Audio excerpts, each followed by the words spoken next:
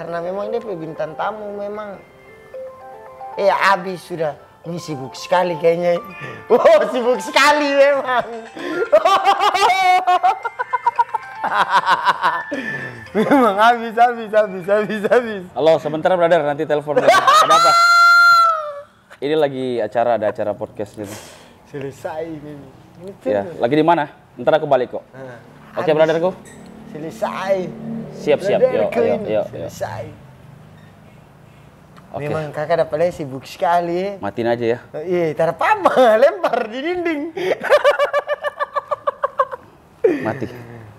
Wih, tapi kakak malam ini tampilan sadap sekali. Ini apa ini?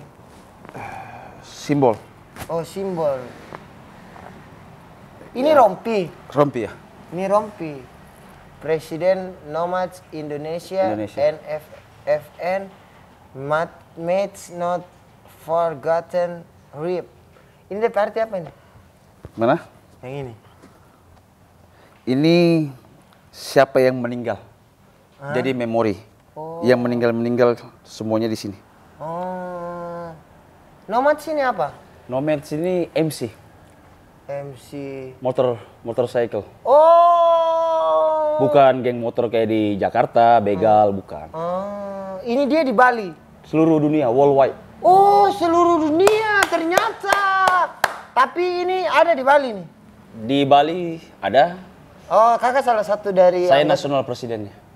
Cukar Delek. Berarti kita ada dulu deh salah satu nasional presiden Nomads, Nomad MC. Nomad MC yang ini cabangnya di Bali. Baru di Bali. Oh, baru di Bali. Yeah. Mama dan tampilan memang kita rasa kayak maksudnya kita ini sekali begitu.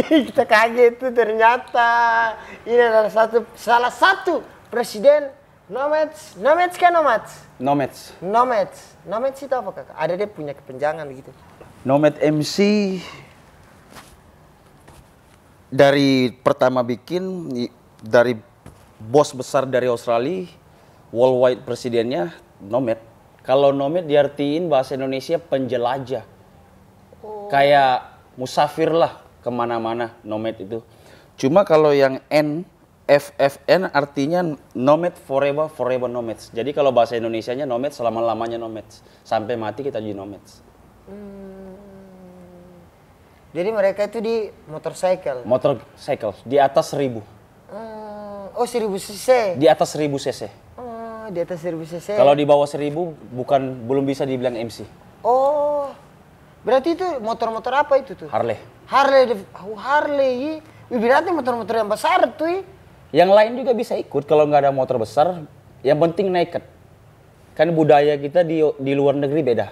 Kalau di luar negeri kita diharuskan punya motor.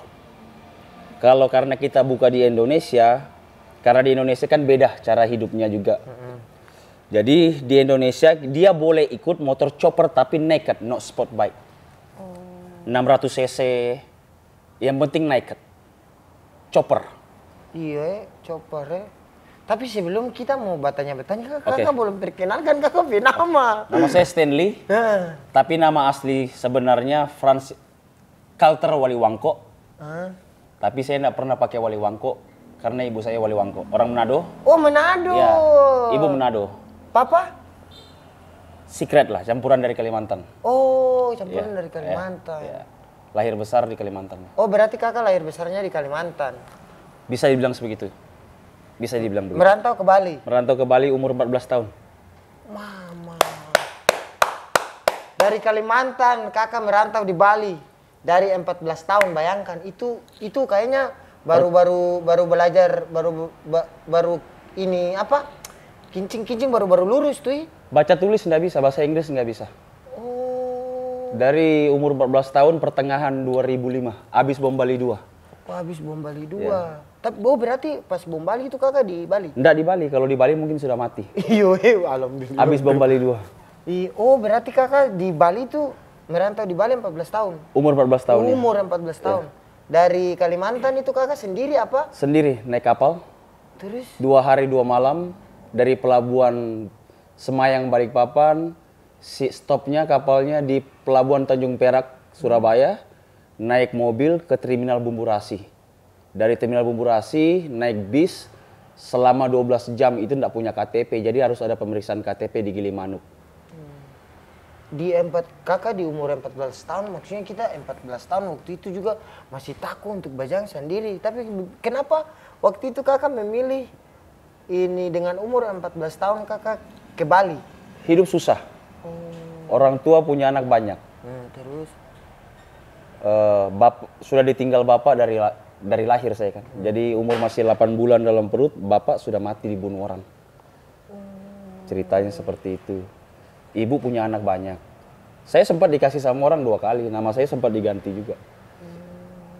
Tadi benci, akhirnya tidak benci, sayang sama orang tua. Kakak berapa bersaudara? Kalau mau dihitung, kalau beda bapak ya, 7 bersaudara. Oh 7 bersaudara, kakak yang ke? Saya yang terakhir, tapi beda bapak itu, satu ibu beda bapak. Suami pertama polisi, punya anak 3. Kedua punya anak 1, namanya Esther. Itu belum pernah saya lihat. Tinggal di Perancis, punya anak, suaminya orang sana, tapi saya belum pernah lihat. Saya tahu saya punya kakak namanya Esther waktu ibu saya meninggal. Terakhir nikah sama bapak saya, punya anak 3. Opo, Stanley, saya. Panggilan saya biasanya panggil Kate. Kate kan kecil. Iya kecil, paling bungsu. Bungsu ya. Kita penasaran ini kakak punya cerita yang 14 tahun ke Bali. Akhirnya kakak menempuh perjalanan yang tadi kakak jelaskan itu ya. Iya. Di Gilimanuk belum ada identitas. Dan pada akhirnya kakak sampai di Bali. Itu Sampai dengan di Bali. umur 14 tahun. Iya. Berarti waktu itu kakak tidak sekolah? Sekolah sampai kelas 2 SD. Sempat naik kelas 2 SD itu naik paksa. Naik paksa? Karena saking nakalnya. Oh iya. Saking Terus? nakal. Ya udah, habis itu berhenti, orang tua ndak mampu. Banyak lali-kali hidup. Paman juga ngelihat orang tua saya dipukul sama paman saya. Jadi kami itu nggak boleh tinggal di rumah. Jadi yang punya rumah itu nenek saya sama paman saya yang bangun rumah itu. Jadi karena mereka yang bangun rumah itu, jadi kami tidak boleh tinggal di sana. Jadi kami ini tinggalnya di pasar. Oh, itu tinggal di Ya, pasar. jadi tidak boleh tidak boleh ke rumah. Tinggal di rumah tidak boleh. Itu kakak umur berapa tahun? Masih kecil-kecil. Merasakan ini hidup seperti itu ya? Iya, dari kecil di jalan. Dan akhirnya memutuskan Ke Bali. Kenapa kakak pilih di Bali? Ngelihat di Indosiar. Di Indosiar. Yeah. Waktu itu apa yang membuat kakak terpikirkan? Kenapa kakak lihat di televisi? Wih, kayaknya Bali ini enak nih. Waktu itu apa yang kakak lihat? Mungkin dari ini dia punya budaya atau dia, karena di Bali sini banyak bule-bule. Atau? Ya, bisa juga seperti itu. Tadinya saya pembalap. Saya joki motor di Balikpapan. Nah, terus? Karena saya itu waktu zamannya saya kan teman-teman punya motor, punya uang. Karena saya ini orang susah, jadi modal saya ini nekat, berani. Jadi saya sempat jadi joki. Balapan liar, akhirnya dikasih kepercayaan. Dikasih pakai motor sama orang Cina. Lawan namanya Wendy, pembalap Balikpapan. Ikutnya lotres. Saya disuruh lawan orang itu. Akhirnya saya menang bawa Handerbun, Satria. Balapan liar, taruhannya lumayan. Waktu itu masih zaman-zaman taruhan. Ya, yang penting saya bisa punya motor aja, kelihatan ganteng lah, keren lah. Ya, zaman-zaman itu. Ya, zaman-zaman itu bawa Handerbun, akhirnya kami menang. Waktu itu taruhan berapa zaman-zaman itu tuh? Kalau nggak salah sekitar 6 juta. Itu tahun berapa? Taruhan 6 juta? Itu tahun 2000-an. Mama, 2000 juta, berapa itu? 6 juta di zaman itu kayak 16 juta. Karena iya, yang nyoncang banyak. Nyoncang itu artinya yang sokongan anak-anak. Berarti kakak ini sehari-hari nakal ini. Tom bicara nakal, konsep nakal. Nakal ya. Nakal di zaman itu ya normal menurut kita. Ya. Berarti pada saat itu kakak nakal, kakak taruhan motor, berarti dari kakak makan, dari seproko, dari pokoknya menghidupi, kakak punya kehidupan dari situ. Dari situ, teman-teman kasih makan. Tinggal di rumah mereka, mereka kan orang kaya. Iya. Di Balikpapan itu ada perumahan Balikpapan Baru Wika. Itu orang-orang kaya lah di sana. Karena mungkin dia kasih aku kepercayaan, Tapi prinsip saya dari dulu nggak boleh panjang tangan, mencuri nggak boleh. Iya. Itu. Mencuri. Kalau mau putih putih, Iya. mau hitam hitam Hitam sekalian. satu kali ya. Ya. Kalau mau putih putih, kalau mau hitam hitam satu kali. Jangan setengah-setengah. Jangan setengah-setengah. Akhirnya tertahu ini warna apa. Tuh. sedap, sedap. Tuh kita penasaran 14 tahun kakak, umur 14 tahun kakak ke Bali. Waktu pas pertama kali kakak ke Bali menginjakan ini kaki pertama kali di Bali, waktu itu kakak pergi kemana di Bali? Di pelabuhan dulu, di pelabuhan Gilimanuk. Gilimanuk terus? Kan pemeriksaan KTP. Nah. Jadi saya itu nanya sama supir bisnya bilang pemeriksaan KTP. Jadi yang nggak ada KTP-nya ditahan bisa dipulangin. Jadi saya tanya sama supir taksinya, bang saya nggak punya KTP karena masih di bawah umur kan. Nah supirnya itu bilang alasan aja jadi kernet, buka aja nanti garasi di bawah. Nah, jadi akhirnya lolos. Lolos. Diantarlah sampai terminal Ubung. Terminal Ubung. Ya sampai di Ubung saya naik taksi. Cuma taunya Kute. Ditanya Kute mana? Di Kute aja, Kute besar.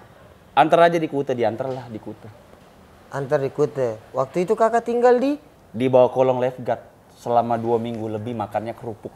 Anjing. Kolong lifeguard itu apa? Kita tertahu ini nih. Lifeguard itu kalau penyelamat. Orang kalau tenggelam. Kan dia ada pos-posnya. Pos 1, pos 2. Kebetulan saya di pos 2. Di Popis 2 pas. Jadi itu kantor mereka itu ada bawah kolongnya. Oh, ada. Jadi kalau saya mau tidur, hujan nih, saya di bawah kolong, kedinginan, saya kubur badan saya pakai pasir.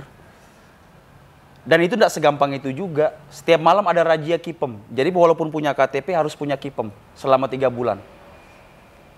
Jadi di Bali kalau nggak ada KTP langsung dilempar ke Banyuwangi. Oh pada saat itu? Iya, kalau nggak ada Kipem, KTP dilempar ke Banyuwangi. Mau dari mana, nggak ada alasan, tetap dibuang ke Banyuwangi. Tapi ya alhamdulillah lolos-lolos saja. Lolos-lolos saja. Selama 2 minggu kakak hidup di apa Makan tadi? kerupuk. Makan kerupuk. Itu kakak kenyang makan kerupuk? Kenyang nggak kenyang. Kenyang nggak kenyang, cuman ya harus mau bagaimana Mau bagaimana lagi?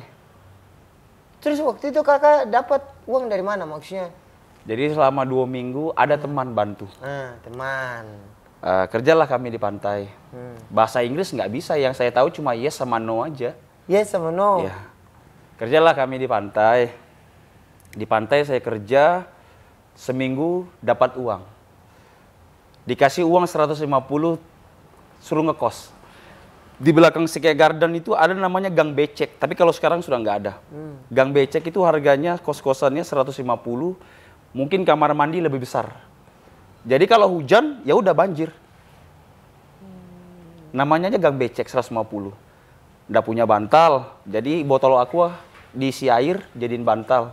Baju, kalau kedinginan, tangan ini dikasih masuk dalam baju. Baru kaki dimasukin begini, jadi tidurnya kayak udang. Kalau kedinginan, karena kayak udang tidur ya. Jadi nggak ada karpet kan. Hujan ya udah, mau nggak mau tidurnya di depan-depan toko di Mataram. Pada zaman itu. Iya. 14 tahun. Terus ketika kakak itu sudah tong skip 17 tahun. Oke. Berarti kakak tinggal 3 tahun di Bali. 3 tahun. Dari 14, 15, 16, 17. 3 tahun waktu itu toh. Kalau tong mau cerita 3 tahun ini Mama Dev cerita kan panjang sekali toh. Kita ambil di rentan umur 17 tahun ini yang mama, orang bilang Dara masih Mama Didi dang. Tuh di umur 17 tahun. Nah waktu itu kakak ini dari 3 tahun setelah 14 tahun kakak merasakan makan kerupuk, tidur kayak udang di kos toh. Terbesit tidak di kakak punya dalam hati, wih kita harus berjuang untuk kita punya hidup nih. Nah momen apa yang membuat kakak sampai ngerasa wah anjing kayaknya kita harus struggle nih, kayaknya kita harus membuktikan kalau kita bisa hidup di Bali. Itu momen apa? Aku kelegian. Nah. Kelegian zaman itu kan masih rame tuh. Aku ngelihat ada orang ngobrol di sebelah saya. Namanya saya orang baru kan, nggak tahu apa-apa. Saya dengerin dia ngomong, rambutnya masih dikondro. Woi saya ke Australia gini. Aku liatin. Dia aku jadikan motivasi. Kalau dia bisa, berarti saya bisa. Jalan, kalau mau lurus, lurus, jangan belok-belok. Kalau mau nyari yang seperti itu, jangan setiap kita mau jalan, stop. Itu nggak bakal dapat. Jadi aku ikutin aja, terus. Akhirnya saya bisa berangkat juga, kayak mereka. Tapi nggak segampang itu juga dulu. Karena aku nggak punya paspor, nggak punya KTP, akta kelahiran kan nggak punya. 2009 ada orang bantu, bikin KTP lah. Akhirnya kakak ke Australia? Ke Australia, 2009. Oh 2009 kakak ke Australia. Oh berarti kakak pernah hidup di Australia? Lumayan lama. Berapa tahun di sana? Kalau di Western Australia 4 tahun setengah. Oh 4 tahun setengah kakak hidup. Akhirnya kakak mungkin lama di Australia, ini kenal lah sama ini? Belum. Oh belum. Dulu, jadi di malam ini kan anak-anak malam kan banyak dulu. Jadi punya grup-grup. Bertemanlah saya keluar malam, cari cewek. Gigolo nggak ada, di Bali nggak ada namanya gigolo. Iya. Itu bohong kalau bilang gigolo. Lain kalau orang jalan sama nenek-nenek atau ceweknya gemuk.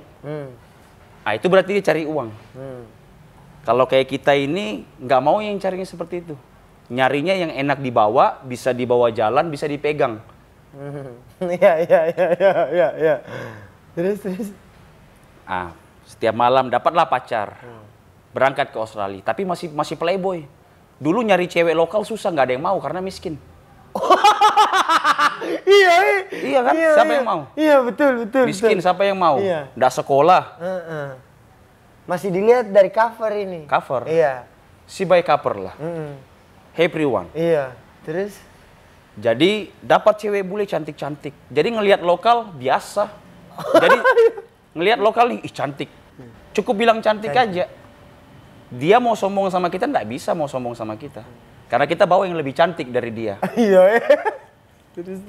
Tapi minder duluan lah. Lebih baik kita yang sombong duluan. Iya. Kita pasti ditolak, nggak mungkin enggak. Iya. Mental. Berani, percaya diri. Iya, percaya diri penting. Percaya diri penting, tapi jangan terlalu angkat dagu tinggi-tinggi. Jangan terlalu. Iya, nanti jadi manusia yang merasa diri tinggi itu. Hidup nggak usah di bawah, nggak usah di atas. Tengah-tengah saja. Jadi hidup saya nggak suka diperintah dan saya nggak suka memerintah. Wow, itu quotes itu sedap. Iya.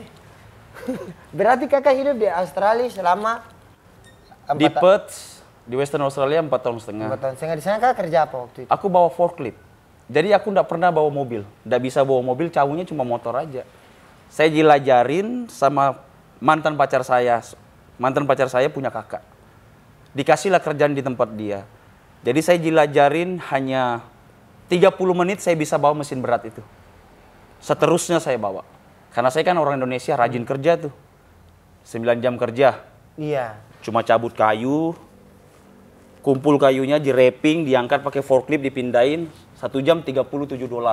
Itu kalau rupiah berapa tuh? Kalau rupiah 370.000, anggaplah 10.000 satu dolarnya. Kalau $37 berarti 370.000. 370.000. 370.000 dalam 9 jam, 1 jamnya $37. Berarti 9 jam 370.000. Iya. Itu di tahun? Di tahun 2009. 2009. Ya. Ih lumayan nih. Belum ada tato. Iya. Oh ini belum ada tato. Tato di leher sudah ada, tapi muka nggak ada. Oh muka nggak ada. Nanti itu kita mau tanya yang tato nih, nanti dia session beda ini nih, sedap ini nih. Oh berarti akhirnya kakak hidup 4 tahun. Oh jadi kakak ini ke Australia ini sama pacar. Sama pacar. Sama pacar. Pacarnya orang Australia. Orang Australia. Wih berarti dia kayaknya dia cinta sekali kakak waktu itu. Sampai bukan sampai bawa ke sana tuh. Cinta ya pasti. Iya. Karena kalau bule sama lokal, kalau bule ini ngelihat kita antik. Jadi antiknya gini nih. Kalau orang Indonesia ngelihat kita ini cewek Indonesia. Jangan nak, sama anak itu nggak ada sekolah, peminum, banyak tato. Sudah rasis kan. Tapi mereka enggak. Dia nerima apa adanya. Yang penting setia.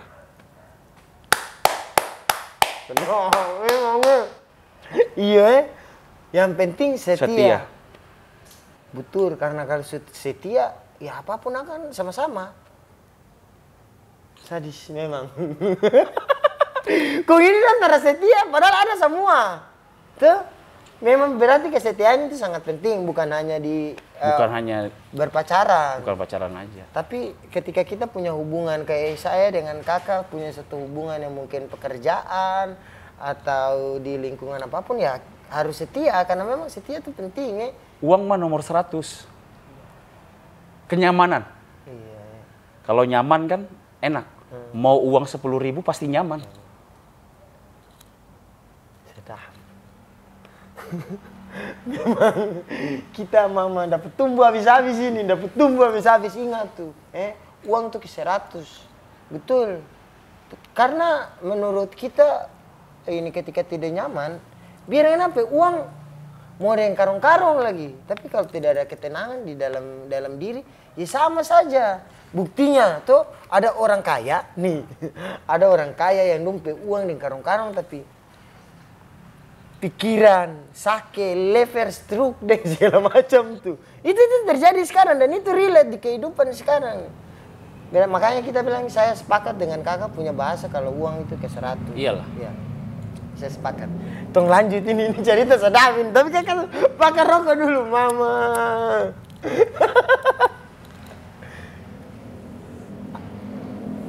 Hidup di Australia ini 4 tahun. Kita tanya ini di zaman itu ketika kakak merasa kehidupan di Indonesia dengan di Australia itu pasti ada beda lah. Beda. Nah, beda yang paling kakak rasa, wih, kita harus beradaptasi dulu nih. Beradaptasi, pastinya. Itu momen apa atau ini yang membedakan antara Indonesia dengan Australia yang paling kakak rasa tuh apa? Manage. Cara kita respect. Kalau di Indonesia kan melihat cewek nih, sayang, baby. Kalau di Australia nggak bisa. Nggak boleh memanggil sembarangan orang. Apalagi ngambil foto orang tanpa kita izin itu nggak boleh. Hidup di sana teratur. Jadi pelajaran hidup kalau kita tinggal di sana, kita bawa ke Indonesia bagus. Bagus ya. Bagus. Indonesia nggak ada rule. Orang bisa naik motor di atas trotoar. Iya. Itu relate. Iya, relate. Iya. Walaupun negara mereka ini bebas, dibilang negara Australia bebas seks, bebas narkoba. Kata siapa? Mereka nggak bebas narkoba. Tapi sedikit banyaknya mereka lebih nyaman di Australia. Kayak ganja. Maaf nih, kalau ganja di sana itu jadi medical. Iya. Alat pengobatan. Karena mantan saya orang Sydney, dia kerjanya look after people dementia. Itu apa itu? Jadi manusia yang paling sabar, yang bisa kerja di sana, yang punya hati. Jadi kerjanya dia itu jagain orang pantai jompo yang lupa ingatan, yang dulu tadinya dia mantan peminum. Jadi keluarganya nggak sanggup, jaga orang tuanya, rumahnya dia dijual, diserahkan sama panti itulah. Jadi yang cebokin orang tuanya ya mantan cewek saya itu mandiin. Sampai dia pun mau mati. Sampai dia mati di sana. Jadi mantan saya itu jual marijuana. Marijuana. Di Australia. Jadi kalau dia kerja itu jam 7:30 malam, pulangnya besok pagi. Jadi kalau setiap malam banyak orang ngetok. Yang ngetok di rumahnya cewekku itu dari jendela, aku ngeliat kok ada cewek botak, alis yang nggak ada. Ternyata dia kemoterapi. Dia minta liquid. Kami jualkan lah. Karena istriku nggak ada cewek, saya kan nggak ada. Jadi saya bantuin jual. Jadi kebanyakan orang yang punya penyakit kanker yang beli yang seperti itu. Iya, untuk pengobatan untuk Iya, marijuana waktu pengobatannya. itu di Australia. Nafsu makan, epilepsi. Iya. Cuma di Indonesia aja kan beda nih. Iya, beda. Karena memang aturannya masih legal. Iya. Masih legal. Belum ada ini penelitian yang mengharuskan ganja ini legal di Indonesia. Politik lah itu. Iya. Gokil. Mama dan kita dengar cerita ini sampai kita aus sih. Kakak minum dulu kakak. Mama sadap hancur ini nih. Sadap. Akhirnya kakak hidup di ini Australia 4 tahun. 4 tahun. Sempat balik. Jadi visanya aku cuma visa multi. M3. Dulu zamannya aku multi M3 hanya 3 bulan. 6 bulan. 6 bulan. Setiap 6 bulan balik. Setiap 3 bulan balik ke Indonesia mau sehari, besok berangkat lagi tanpa untuk nge-apply visa. Habis itu pertahanan lagi kalau kita mau request lagi, ada namanya multi M3 selama setahun. Sekolah boleh, kerja nggak boleh. Jadi saya sempat kerja di sana tanpa pakai pajak karena kerja saya cash money. Setiap kerja langsung digaji. Oh, setiap kerja langsung dikasih duit deh? Langsung dikasih duit. Karena yang punya perusahaan itu juga sayang juga sama saya. Saya paling rajin. Berarti di situ ketika kakak bilang paling sayang berarti ini ada perbedaan. Oh, saya sebagai bos melihat kakak nih rajin. Nah waktu itu kakak kerjanya bagaimana tuh sampai si bos ini ngeliat kakak rajin? Aku sambil ngisap ganja nggak apa-apa. Oh, waktunya break nih. Kita waktunya istirahat. Terus kami ngisap join. Bosnya datang kan nggak boleh kalau kita lagi stun sebenarnya kalau kerja. Karena kita kerjanya ruangan terbuka, bukan ruangan tertutup. Jadi kalau ada pemeriksaan kayak SIM, orang lain dari luar negara datang kerja, itu ada namanya pemeriksaan. Jadi kalau mereka datang, aku sudah dikasih tahu disembunyi dalam kontainer. Udah saya sembunyi, nanti kalau mereka sudah pergi, keluar lagi saya. Keluar lagi. Dibelain lah, disayang lah. Rajin karena kan. Niat kerja cari uang.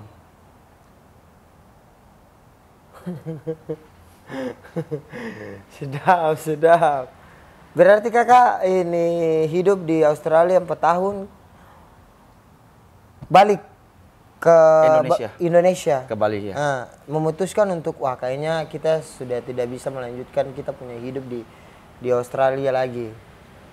Kita harus balik ke Bali. Itu momen apa yang membuat kakak harus memutuskan balik lagi ke Indonesia? Bukan karena momen aku harus balik ke Indonesia, enggak. Karena aku ikut di MC Motor Club. Itu yang bikin hidup saya yang buat saya dangerous hidup sih. Dulunya saya di Rebels MC. Rebel MC itu worldwide, seluruh dunia juga. Pusatnya di Sydney. Bos besarnya namanya Alex Vela, orang Malta. Saya keluar dari sana tapi good standing. Sempat saya dipukulin sama orang Australia. Dipegang tangan kanan, tangan kiri dipegang, dipukul sama orang yang besar, badannya steroid, dipukulin, rompi diambil. Itu diambil gara-gara? Karena saya keluar, berangkatlah saya ke Australia lagi, punya pacar baru. Ditarget saya, karena aku tatonya belum saya hapus. Jadi tangan saya $50.000 kalau siapa yang bisa dapatin. Jadi hidup saya diancam di Australia. Diancam, tapi namanya orang Indonesia kan, saya manusia paling keras lah di sana. Nggak peduli lah. Teman banyak juga, tapi teman-teman saya yang dari Bali nggak ada yang berani. Rata-rata yang mengumpul sama saya nggak berani. Karena temannya saya hektik semua. Apa itu hektik? Hektik itu crazy lah. Orang gila lah, mafia lah. Akhirnya bagaimana caranya biar saya nyaman, saya ikut di geng. Namanya Finks MC. Saya bawa dari Australia, saya balik ke Indonesia ngobrol sama mereka selama setahun. Lewat Facebook. Dan aku belum pernah ketemu orang itu. Terus?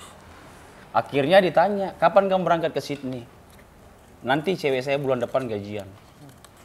Kirimin detail-detail namamu. Aku kirimin, tahu-tahu besok dia bilang, kau berangkat besok. Saya belikan tiket sudah. Kaget saya. Dan orang yang belikan saya tiket, saya belum pernah ketemu sama dia. Saya cuma ngeliat fotonya lewat Facebook. Berangkatlah saya. Sampai sana saya telepon. Brother, saya sudah di Sydney. Oke, I will go back to you. Where you live? Aku bilang aku tinggalnya di Dapto. I not far from you. I live from Indokona. Jadi dia bilang aku udah jauh dari kamu, aku tinggal tikungan sebelah. Oke. Berarti ini sepantau kakak kayaknya? Enggak, jadi temannya dia berteman sama mantan pacar saya. Gitu. Badannya. Satu badan tatonya dari ujung kaki sampai kepala. 2 orang besar sekali badannya. Dibawa meeting perjalanan 4 jam. Kalau di Australia, kalau orang bilang pernah ke Australia, kalau dia nggak tahu Black Town, berarti dia orang baru. Ada di Australia namanya Black Town. Itu tempatnya orang kurang ngajar, biadab, paling brengsek dah. Jadi saya perjalanan itu saya dijemput selama 4 jam. Dibawa meeting. Ketemu sama orang yang belum pernah saya ketemu 180 orang. Jadi masuk gerbang, itu ada prospek yang jaga besar. Temboknya dia itu dikelilingin mungkin 3 meter, jadi kita nggak bisa lari dari sana. Itu meeting pertama sama Finks, ketemu bos besarnya. Jadi HP itu diambil. 180 orang itu HP itu dibawain kalau di sini baskom besar. Prospeknya itu suruh masukin semua HP. Handphone. HP itu dimasukin, dibawa jaraknya sekitar 20 meter. Karena kalau HP di sana, smartphone itu bisa disadap. Apapun yang kita ngomong, polisi bisa lihat. Termasuk HP saya. Jadi dia orang ngumpul sekitar 20 meter dari tempatku sebelum saya dipanggil. Saya juga takut kan. Orang ini ngomong apa? Apa dia mau bunuh saya? Atau dia orang ini mau kasih saya ke rebel? Atau bagaimana? Habis itu dipanggil lah saya. Jadi satu persatu orang itu ditanya. Itu semua itu presiden. Dari setiap chapter. Setiap chapter itu artinya setiap kabupaten itu ada presidennya. Jadi salah satu mereka bilang enggak. Saking setianya itu. Bukan saking setia, karena saya ini mau dimasukin. Ditanya kan sama mereka ini. Kalau salah satu dari mereka bilang enggak setuju, semuanya enggak. Tapi syukur semua setuju.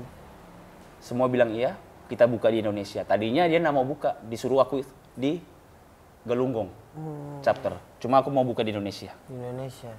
Bukalah kami 2017 November. Di Indonesia. Di Indonesia. Disuruh buka klub. Mau buka apa? Klub atau studio tato? Karena saya basic saya nggak tahu net club. Saya minta studio tato dibukakan lah langsung. Itu hari pun dibukain studio tato, langsung dibayar di tempat. Dan bosnya belum pernah injak Indonesia. Baru pertama kali injak Indonesia saya yang bawa. Dibukain, klub itu ya dibilang pencucian uang lah katanya. Bosnya datang, kita meeting, kita booking lah ini hotel White Rose, tahu White Rose? Di Monumen, Iya. hotel besar, kita booking untuk national run. Jadi yang lolos 75 orang dari Australia.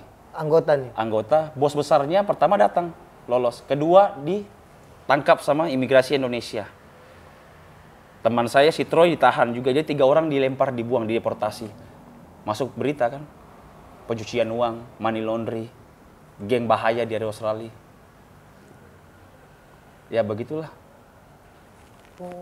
Dari situ saya masuk koran, saya tidak bisa ke Australia, di stop visa saya. Karena dibilang saya pencucian uang. Iya. Berarti di Nomads di Sebelum Nomads, punya sedikit masalah lah sama Finks. Teman saya masuk penjara, 2 orang. Orang Timur, si Edo sama si Bintang. Malam itu dibawa saya jalan sama wakil saya, namanya Adalah. Dibawa saya, dia tanggung jawab, dia bilang, kalau ada apa-apa saya yang tanggung jawab. Minta izin sama istri saya bilang saya tidak bisa minum, kalau saya keluar kamu tahu bagaimana. Akhirnya ribut, kena CCTV. Si Edo malam itu ditangkap. Kalau besok saya tidak tebus, dia dimasukin penjara 1 kali 24 jam. Jadi orang ini tidak ada keluar satu pun perak pun. Jadi saya keluarkan dia dulu, saya bayar, tapi masalah saya tetap masih diusut. Akhirnya saya masuk penjara. 3 bulannya saya ditangkap, saya tebus. Yang tebus ya Nomad. Tapi sebelum saya ikut mereka, rompi yang Finks itu saya bakar. Dan itu harga mati. Harga mati. Kalau rompi dibakar, aku harus mati. Oh jadi aturannya gitu? Aturan begitu. Jadi mereka ini disuruh sama bos besar, dibayar. Nyari saya. Banyak yang nyari saya. Saya didatangin, saya lagi uang itu orang yang nyari. Berapa kamu dikasih uang? Saya kasih uang, akhirnya mereka tinggalin gua. Yang pastinya saya bilang, kamu tahu tempat saya di mana, saya nggak bakal lari. Aman aja sih sampai sekarang, saya ikut Nomad. Akhirnya kakak pindah ke Nomad? Nomad. Itu tahun berapa? Baru aja 2021. Oh 2021. Berarti kakak di Nomad sudah berapa tahun? Belum ada setahun. Mau setahun lah, tahun depan ini setahun. Dari 2021? 2021 ya? Iya. Klub itu brother, itu persaudaraan. Loyalitas. Iya. Kamu menangis, aku nangis. Jadi untuk apa kalau kita di dalam klub itu saling menjelekin, saling menindas, Mau makan sendiri nggak ada gunanya untuk apa? Iya. Kebersamaan. Kebersamaan. Iya. Kau nangis, aku nangis, kamu sedih, aku sedih, kamu lapar ya saya lapar. Berarti kalau ini nih, contohnya tadi aturannya kalau Koko mau masuk di Nomad sini, contohnya ini Koko harus punya motor yang 1000 cc, iya, Harley ya. Nah, selain ini aturan dari situ, apa ada aturan-aturan yang lain lagi? Banyak, kita punya rule. Oh ya, Koko ingin cari tahu rulesnya itu apa aja tuh? MC itu 1% itu datangnya dari Perang Dunia Kedua ceritanya. Waktu Vietnam lawan Amerika. Jadi ceritanya itu veteran tentara mereka itu pulang ke Amerika, namanya Shani. Dia kumpul lah, jadi veteran-veteran itu kumpul, bukalah dia geng motor namanya Hell Angels. Oh iya. Ya. 1%, arti 1%, nggak semua orang bisa punya 1%. Jadi hanya biker yang tahu. Jadi kalau misalnya saya ini kan punya 1% ini di perut nih. Oh ada, oh itu tatonya. 1% nih di perut. Jadi kalau bule ngelihat, mungkin kalau orang Indonesia mungkin 1-2. Kalau dia di biker, mungkin dia baru tahu. Kalau saya keluar nih, bule sebesar apapun badannya dia di klub, saya buka baju, tadinya dia jalan begini, dia ngelihat tato saya, dia tunduk gini. Jadi itu semacam budaya? Bukan budaya. Orang yang punya itu dia sudah melakukan apa aja yang belum manusia, belum pernah dia lakuin, manusia ini sudah pernah lakuin. Jadi makna dari tato satu... Kalau artinya? Ya. 99% fuck the law, only live 1% decide law. Bahasa Indonesianya 99% peraturan yang ada di dunia ini. Yang ada 1% itu peraturan saya. Kalau peraturan kakak yang kakak terapkan di kakak punya kehidupan relate. Iya, relate. Di klub kami itu ndak boleh pakai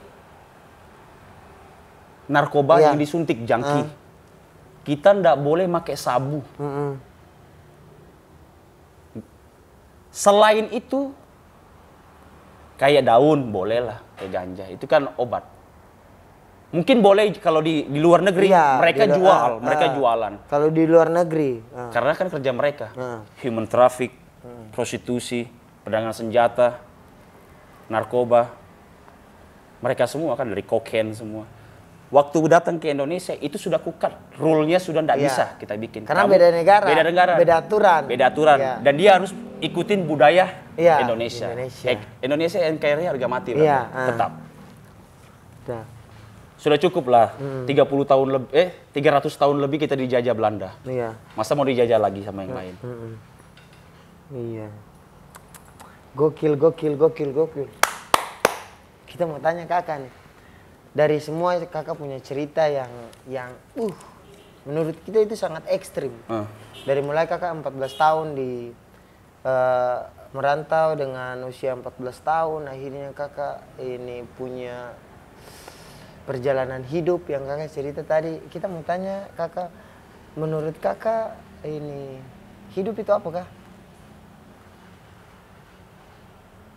Hidup drama. Menurut kakak hidup itu drama? Drama lah. Manusia sekarang kejar-kejar siapa yang punya uang dia yang paling hebat. Iya enggak? Siapa yang punya uang dia hebat. Dia mikir dia paling kuasa. Betul enggak? Banyaklah temannya mereka. Musuh yang paling bahaya di dalam hidup kita itu musuh paling bahaya itu teman dekat kita. You best friend. Don't ever you say this is my best friend. One dies. Your best friend will fuck you up anytime. Karena uang kan, jealous. Karena kamu punya dia tidak punya.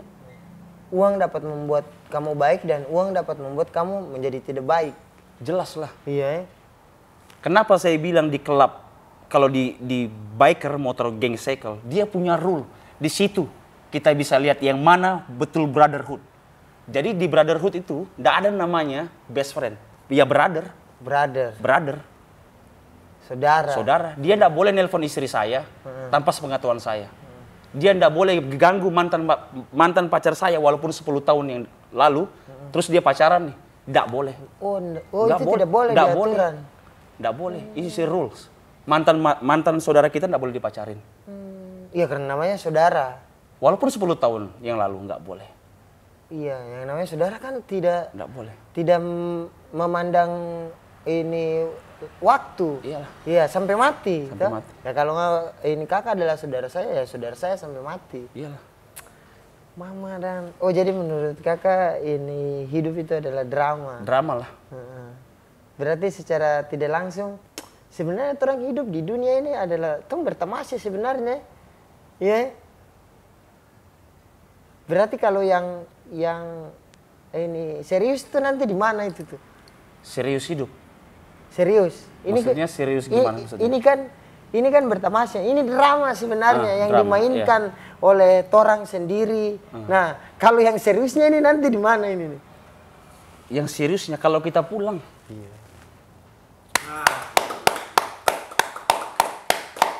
Itu yang tadi kita. Kakak, terima kasih lagi atas kakak punya cerita-cerita. Kita pulang ya serius, keluarga ya keluarga. Sekarang gini aja, kita nakal nih. Kamu punya uang banyak, tepus uangmu itu tapi tidak ada warnanya. Saya nggak punya uang banyak, tapi uang saya walaupun sedikit itu bisa berwarna. Kata kasarnya gini loh, kita lihat orang ini pengemis nih. Apa salahnya? Apa yang kau punya kau kasih. Dia tidak butuh banyak. Apa yang walaupun 1000 kau kasih dia, senyumannya dia itu yang buat terindah buat kamu, buat saya sih. Iya, sepakat itu, setuju itu. Karena saya anak yatim, saya sering ke panti asuhan, saya sering kasih orang di pinggir jalan, walaupun siapapun. Sekali saya tarik uang saya, jadi saya tidak mau hitung. Apa yang kita mau kasih, jangan waktu kita ngambil uang di kantong, dihitung dulu. Itu tidak ikhlas. Iya. Saya tarik ya berapa yang saya pegang, ya udah saya kasih. Udah itu Yang pastinya selama saya kasih, saya bisa makan kok. Yang ada rezeki saya masih ada aja lah. Saling membantu. Saya tidak mandang orang itu siapa. Dia mau hitam, dia mau putih, mau dia biru, yellow, green. Long you good to me, we belong. Selagi kau baik, saya baik. Iya. Jangan kamu jadi munafik. Karena 1000 kali kayak kamu munafik, saya sudah pernah lihat. Kau mau jahat, mau jadi mafia, saya sudah pernah lihat 1000 kali lipat kamu. Kayak orang itu. Jadi hidup saya itu cuma lebih baik santai. Apa yang saya bisa lakuin terbaik buat orang, saya lakuin. Karena kalau kita mati, bukan waktu kita punya uang yang diceritain, enggak. Iya. Kebaikan kita. Betul. Iya. Kebaikan. Kalau kemarin kakak itu dia pernah ini duduk dengan kita. Kakak Presiden Nomat itu pernah duduk dengan Koko untuk bercerita dia punya pengalaman. Dan dari situ ada dari dia punya pengalaman itu Koko bisa belajar. Nah itu nanti ketika kakak mati tuh tidak tahu apakah Koko mati duluan atau kakak yang mati duluan nih. Tuh. Jadi gini, Nomad ini, biker itu perkumpulan yang sangat besar. Dan dia mampu. Dan dia bakal melakukan apapun demi saudaranya. Apapun dilakuin demi saudaranya. Saya dulu nggak punya apa-apa. Saya ikut di klub ini, saya ini waktu di Comberan. Dia yang angkat saya, dia bikin saya jadi manusia.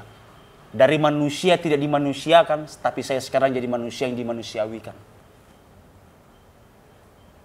Kita nggak ada namanya tinggi rendah, nggak ada. Kita duduk sama rendahnya, kita berdiri sama tingginya. Nggak ada yang di atas, nggak ada yang di bawah, kita sama.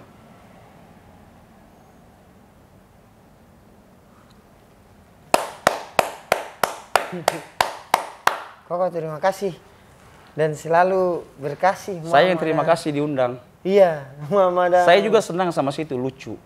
Iya. Saya sering lihat di Instagram, lucu. Ini orang Ternate kah, orang mana bahasanya dia. Ibu saya kan orang Manado. Kadang kalau dia ngomong pakai keode laga, ngane ini. Iya, kan Manado sama Ternate itu dia punya logat. Logat sama. Ngane kuda-kuda cukil dengan